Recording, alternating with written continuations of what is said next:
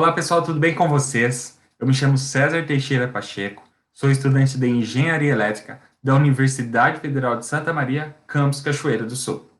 Olá, pessoal. Me chamo Gustavo Lenha Steffen e também sou estudante de Engenharia Elétrica na Universidade Federal de Santa Maria, no campus de Cachoeira do Sul. O nosso presente projeto é orientado por nossa professora Ana Luísa Soubia. O mesmo é intitulado Apoio Pedagógico e Aulas Extracurriculares, Ciências Exatas para Discentes do Ensino Fundamental e Médio. Então, nessa próxima aula, nós vamos falar sobre o plano cartesiano em si. Vamos ver algumas propriedades, vamos ver como localizar os pontos e depois vamos fazer uma aplicação. Mas primeiro, vamos ver o que é um plano cartesiano em si.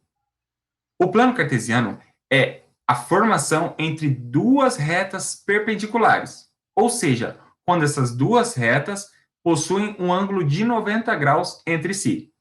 Nós podemos ter, no plano cartesiano, o eixo x e o eixo y.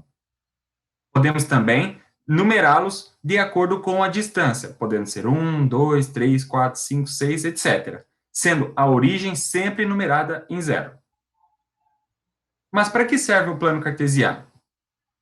O plano cartesiano serve para determinar a localização no sistema de coordenadas de todos os pontos, podendo assim calcular a distância entre dois pontos localizados no plano cartesiano e também calcular áreas de figuras que estão inseridas no plano cartesiano. Vamos ver agora algumas propriedades. O plano cartesiano é formado por dois eixos, o eixo x, o horizontal, e o eixo y, o vertical. Mas temos que tomar cuidado, pois vários vestibulares, o BMEP e até exercícios em sala de aula usam outra nomenclatura. No caso do eixo x, nós temos o eixo das abscissas. No caso do eixo y, que seria o eixo vertical, nós temos o eixo das ordenadas. Então é muito importante gravar esses dois nomes: abscissas, o eixo x ou horizontal, ordenadas, o eixo y ou vertical. Agora, nós temos que tomar cuidado com relação aos quadrantes. Os quadrantes são as localidades dentro do plano cartesiano.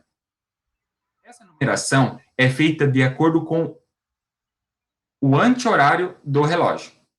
Vamos ver. No primeiro quadrante, tanto o valor do x quanto o valor do eixo y são positivos. No segundo quadrante, o valor do eixo x é negativo e o valor do eixo y é positivo. No terceiro quadrante, os dois valores são negativos. E o quarto quadrante, o valor de x é positivo e o valor de y é negativo. Lembrem aquilo que eu falei. Com relação à nomenclatura, é muito importante.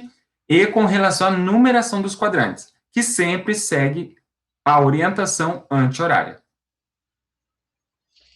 Então, o nosso colega César falou sobre um monte de características do plano cartesiano.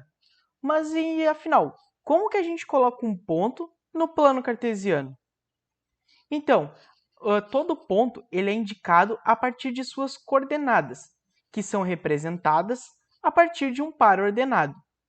Mas então, vamos definir o que é um par ordenado.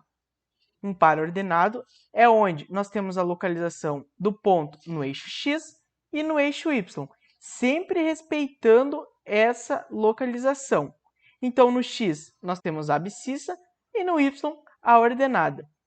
Todo par ordenado, então, ele é colocado a partir de um nome, de uma letra que o identifica. Por exemplo, no nosso exemplo, nós temos o ponto A e o ponto B, e logo após, entre parênteses, está seu par ordenado, vindo sempre primeiro o x e depois o y.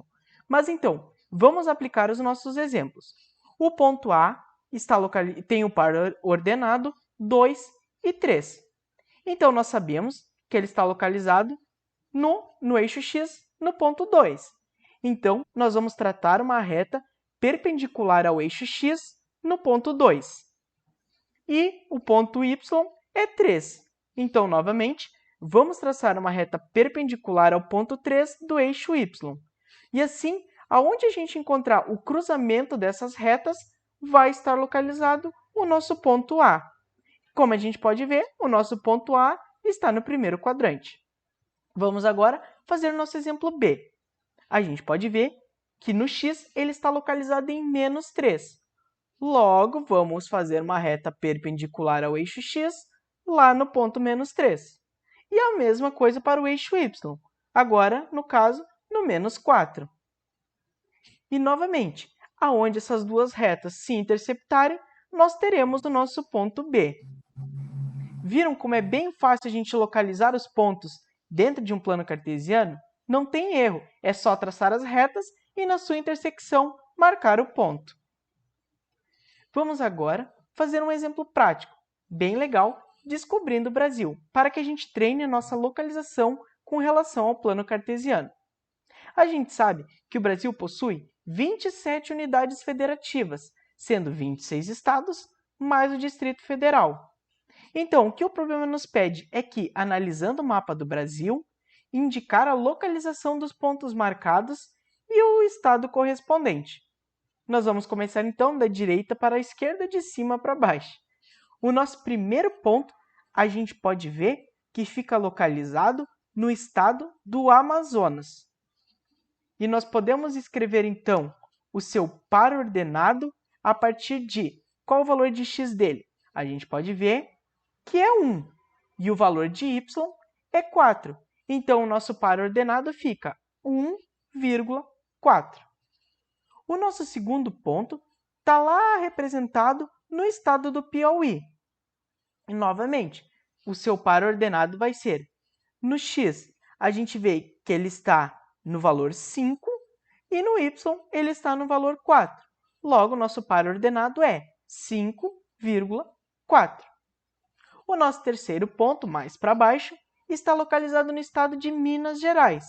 E sua localização no eixo x é novamente 5 e no eixo y é 2. Par ordenado, 5,2. E o nosso último ponto é o de Santa Catarina.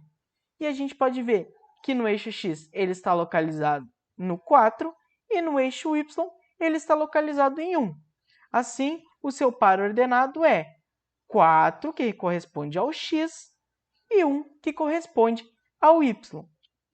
Então, pessoal, essa foi a nossa aula sobre o plano cartesiano.